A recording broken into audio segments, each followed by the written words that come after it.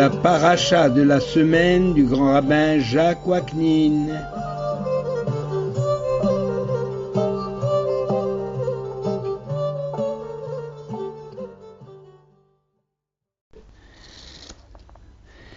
Chers amis, bonjour. La paracha Shemot, le livre de Shemot, en français l'Exode, est la suite naturelle et logique du livre de la Genèse.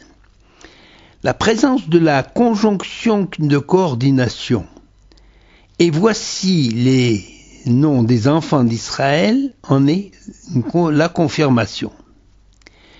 Be'ele Shemot ben Israël. Ce vav s'explique ainsi. En effet, l'histoire du peuple juif plonge ses racines dans l'histoire individuelle et familiale. Bien qu'issus de mères différentes, les fils de Jacob, devenus les enfants d'Israël, vont réussir une union chaleureuse et permanente qui embrasse les générations. Ce second livre de la Torah relate le premier exil du peuple des Juifs, en insistant sur ce fait important du maintien de leurs noms originaux. Le Midrash signale que le mérite des enfants d'Israël réside dans le fait de n'avoir pas changé de nom, de n'avoir pas changé de langue et de n'avoir pas changé d'habits, de vêtements. C'est-à-dire d'avoir conservé leur identité au milieu d'une nation étrangère. Le livre de Shemot nous raconte comment les enfants d'Israël furent réduits à l'esclavage à la suite du nouveau roi qui est monté sur le trône de l'Égypte. La naissance de Moïse, son adoption par la fille du Pharaon, sa fuite au pays de Madian, son mariage avec la fille de Jéthro, et sa vocation à la suite de la vision du buisson ardent, tous ces événements marquent le début de la rédemption d'Israël avec la sortie d'Égypte et le don de la Torah. Nous allons donc développer cette introduction du livre de Shemot en commençant par parler de la vocation de Moïse. Moïse, adopté par la fille du Pharaon, fait preuve d'une forte personnalité. Dès qu'il grandit, au lieu de mener une vie de prince à l'abri du sort des Hébreux, Moïse va vers ses frères et manifeste déjà son sens de la justice en tuant un Égyptien qui battait cruellement un Hébreu. Il protégera également les filles du prêtre du Madian contre les bergers qui les avaient chassées du puits où elles abreuvaient leurs troupeaux. Un troisième événement, en apparence anodin, va compléter le tableau de ce personnage exceptionnel. Alors que Moïse faisait paître le troupeau de Jéthro, un petit agneau s'est échappé pour aller s'abreuver dans une oasis. Moïse courut le chercher et le ramena sur ses épaules parce que le petit agneau était fatigué. Ce geste de compassion plut à l'Éternel qui choisit Moïse pour être le sauveur et le guide d'Israël. Mais comme l'affirmera plus tard le texte de la Torah, « Or Moïse était humble, plus qu'aucun homme sur la surface de la terre. » C'est dans les Nombres, chapitre 12, verset 3.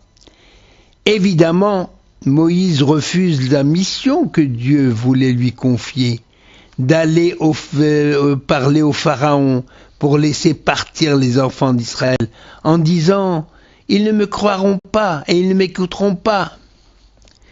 Mais la réaction de l'Éternel va être immédiate et exprimer son mécontentement.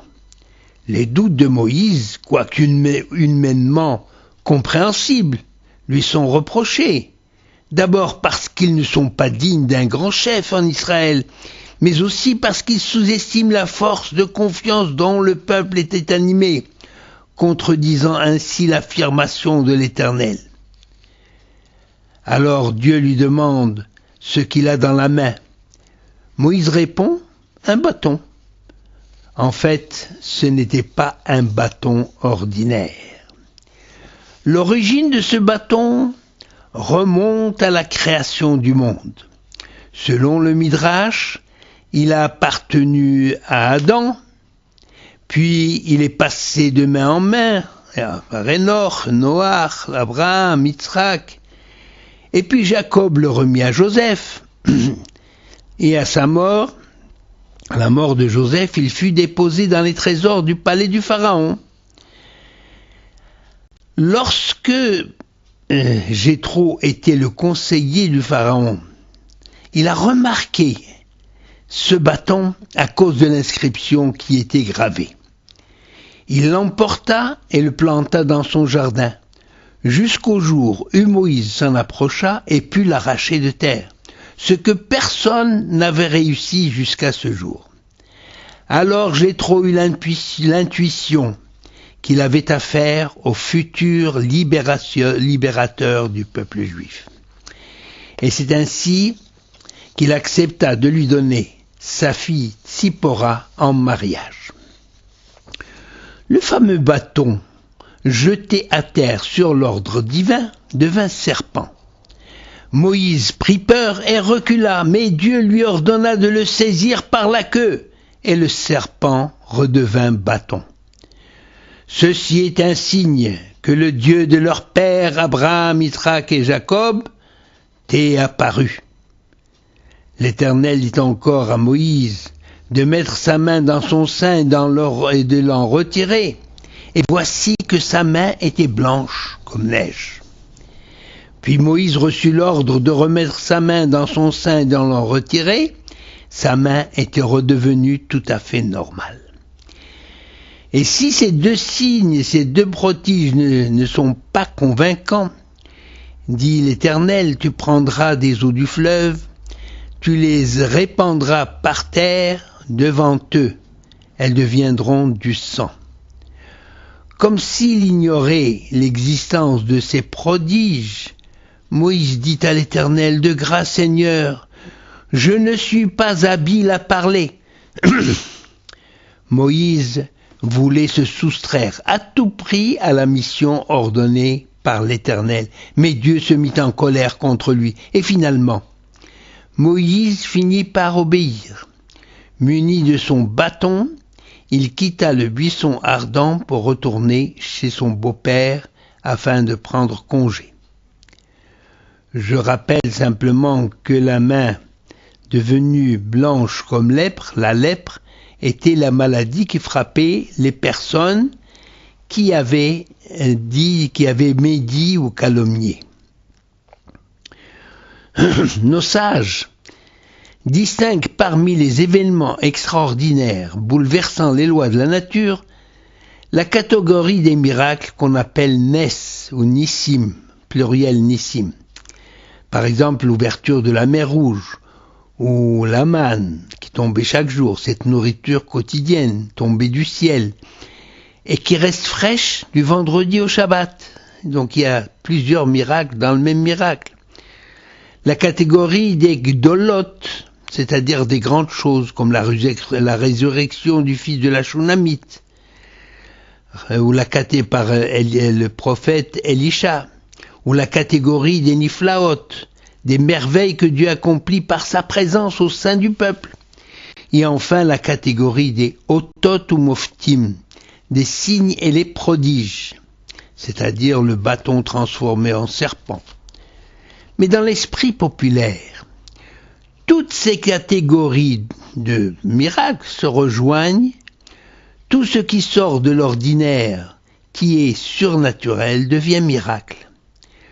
Le miracle n'est pas l'effet du hasard, mais la manifestation de la bonté de Dieu en faveur du peuple ou de l'individu, ou plutôt de l'individu ou du peuple.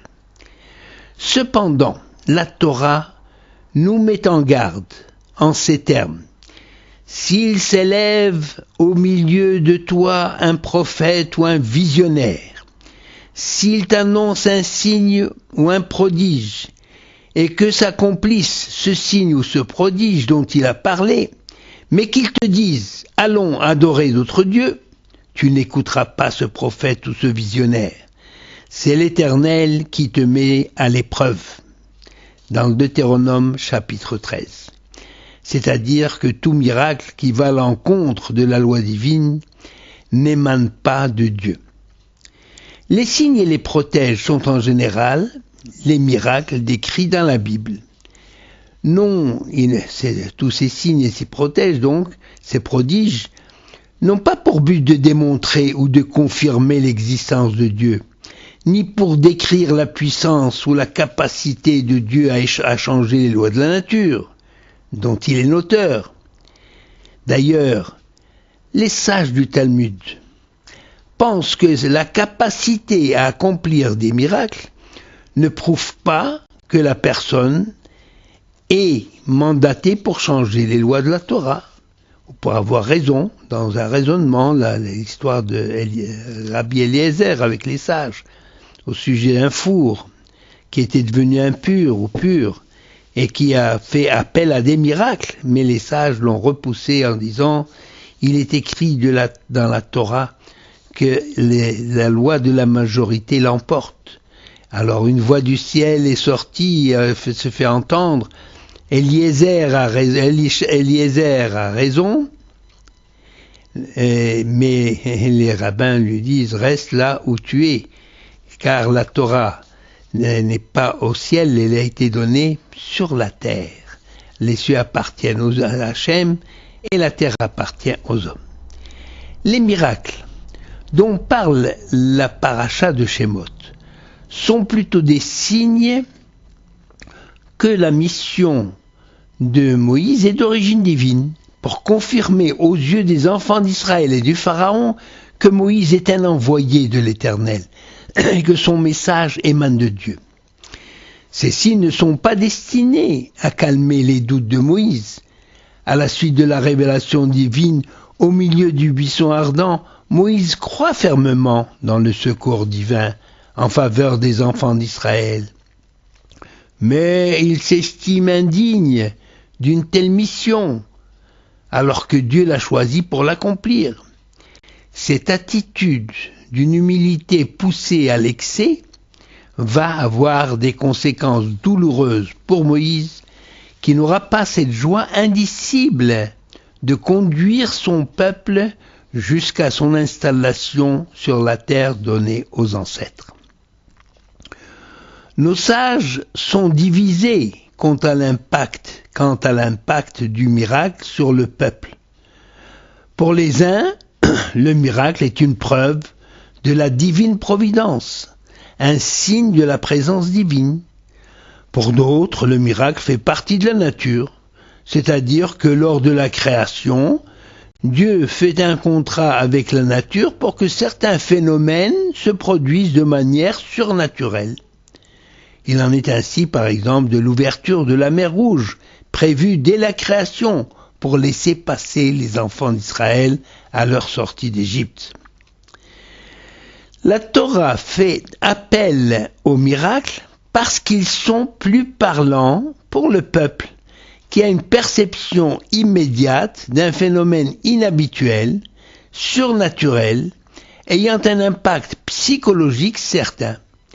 Même de nos jours, d'aucuns vous disent « Si Dieu accomplissait des miracles sous nos yeux, il nous serait plus facile d'avoir la foi et de conforter notre foi. » Tout le monde n'est pas philosophe pour avoir la possibilité d'analyser un événement qui sort de l'ordinaire et de lui trouver une raison.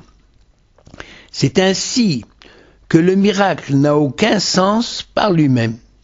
Pour le peuple, le miracle n'est qu'une preuve de la véracité d'un message et la garantie de son origine divine, ou bien simplement d'une intervention divine en faveur du peuple ou d'un individu. Mais nos sages ne se contentent pas de considérer le miracle comme un appui et une preuve de l'origine divine d'un message. Ils considèrent que le miracle est un message en lui-même. En effet, Pour quelle raison Dieu choisit tel miracle plutôt que tel autre? En fait, le miracle ou le signe est un message, soit en direction du peuple, soit à l'intention du messager lui-même. C'est ainsi, et c'est le cas, en ce qui concerne la paracha de Shemot, dans laquelle l'Éternel veut tout d'abord donner une bonne leçon à Moïse. Moïse tenait le fameux bâton avec lequel il va accomplir bien des miracles. Alors Dieu lui demande, qu'est-ce que tu as dans la main? Qu'est-ce que c'est? Qu'est-ce que c'est? Or, le terme qui est employé dans la Torah, mazé, est écrit en un seul mot, mazé, au lieu de deux mots. Donc, et on peut lire ce mazé en un seul mot, selon le Midrash, on peut le lire misé. Ça veut dire, au lieu de dire qu'est-ce que c'est misé signifie c'est de cet objet que tu as en main que tu mériteras d'être puni pour avoir porté des soupçons sur des innocents en disant les enfants d'Israël ne me croiront pas. Il fut serpent. Lorsqu'il a jeté le bâton, il est devenu serpent. Dieu lui indique par là qu'il a calomnié Israël, pratiquant ainsi l'art du serpent, allusion au serpent ayant incité Ève à transgresser l'ordre divin. Lorsque Dieu lui dit de saisir le serpent par la queue, Moïse eut peur, car le serpent risque de se retourner et de le mordre. Alors Dieu lui montre ainsi que le sauveur d'Israël doit savoir s'engager et prendre des risques et faire preuve de messirut nefesh, c'est-à-dire de sacrifice et d'abnégation. À sa grande surprise, le serpent redevint bâton. Alors Dieu lui dit, tu vois, le pharaon qui se prend pour un dieu et dont l'emblème est un serpent sera frappé avec un bâton. Le pharaon, comparable à un serpent, deviendra lui-même un vulgaire bâton, un morceau de bois qui ne mord pas. Et vous savez, les magiciens égyptiens eux-mêmes vont être impressionnés par ce dernier prodige, car généralement, eux saisissent le serpent par la tête pour éviter des morsures. À ce propos, une matrone s'est adressée à Rabbi Yehoshua, à Rabbi Josué, en lui disant « Mon Dieu est plus grand que le tien. Mon Dieu est plus grand que le tien. » Pourquoi demande Rabbi Yehoshua. Bien, lorsque ton Dieu s'est révélé à Moïse, au buisson ardent, eh bien Moïse s'est caché le visage. Mais lorsque il a vu le serpent, lorsque Moïse a vu le serpent, qui est mon Dieu, il a pris la fuite. Erreur, dit Rabbi Yehoshua. Lorsque l'Éternel se révéla au buisson ardent, Moïse ne put s'enfuir nulle part, car la gloire divine remplit toute la terre. Mais lorsqu'il s'est écarté de quelques pas du serpent, qui est ton Dieu, il a été sauvé et rien ne pouvait plus lui arriver. C'est ce que dit le Midrash Rabbah. Puis l'Éternel lui dit, mets ta main dans ton sein. Et lorsque Moïse la retira, elle était blanche comme neige. On sait que la personne ayant calomnié ou médit est punie de lèpre. Et à l'époque, cette maladie était incurable. Dieu lui dit justement de remettre la main dans son sein et de la retirer de nouveau. Et la main était redevenue tout à fait normale, même plus blanche, même plus, la peau plus jolie, comme celle d'un bébé, toute fraîche. Ce miracle était plus grand que le premier, car la guérison ne peut reposer que sur un miracle, et pas sur n'importe quel artifice de sorcellerie. La main était devenue nette, plus nette qu'avant. L'Éternel voulait montrer ainsi à Moïse que le premier contact avec ses frères a eu pour conséquence de devoir se sauver à cause de la délation de Dathan et Abiram qui avaient divulgué le crime de l'Égyptien, le meurtre de l'Égyptien. À présent, Moïse va être reçu par les enfants d'Israël, grandi et honoré. Dieu donc poursuit le dialogue avec Moïse en disant « S'il arrive qu'il ne croit pas en ces deux prodiges et qu'il ne les écoute pas, eh bien tu prendras des eaux du fleuve et tu les répandras par terre. Elles seront du sang. L'Éternel sait qu'ils croiront ou qu'ils ne croiront pas. Mais comme Moïse, parce que la Torah dit, elle met dans la bouche de Dieu, s'il arrive qu'il n'ait pas foi en toi, que ces deux prodiges et qu'ils ne t'écoutent pas, mais Dieu sait s'il va écouter ou pas. Mais justement l'Éternel s'adresse à Moïse et lui donne ses prodiges, c'est lui qui a réclamé des preuves. Il devait être convaincu lui-même de leur effet. Pour quelle raison ce troisième prodige ? Eh bien, le Nil est le fleuve nourricier de l'Égypte, ce qu'il y a de plus fondamental pour leur vie. Tandis que pour les Hébreux, le Nil est devenu rouge du sang de leurs enfants, les enfants qu'on y jetait. Donc ce troisième prodige et tout le monde y était sensible, aussi bien les Égyptiens que les Hébreux, qui étaient davantage sensibles à cette plaie qui va s'abattre sur l'Égypte et qui ne peut émaner que de l'Éternel. Nous constatons que même les signes et les prodiges nécessitent la foi pour les interpréter et les accepter pour ce qu'ils sont, c'est-à-dire des signes du ciel, des miracles venus du ciel. Car nous savons qu'en l'absence de la foi, l'homme peut attribuer ces miracles à l'effet du hasard ou essayer de les expliquer scientifiquement. Il en était ainsi des 10 plaies, dont les tentatives n'ont pas manqué de leur trouver une explication rationnelle. En disant que le fleuve est devenu rouge de sang, c'était en fait une période de crue et qu'il y avait du sable rouge qui s'était mélangé à l'eau, etc. Mais pour le croyant, même si un phénomène peut être expliqué rationnellement, il reste un facteur irréductible, c'est-à-dire celui que le miracle se produit justement conformément à une annonce antérieure ou juste lorsqu'on en a besoin pour sortir d'une situation inextricable. La tâche de Moïse a été facilitée par le fait, confirmé par l'Éternel, que les enfants d'Israël sont justement des croyants, fils de croyants, ma'aminim, bene ma'aminim. Beracha vehatzlacha.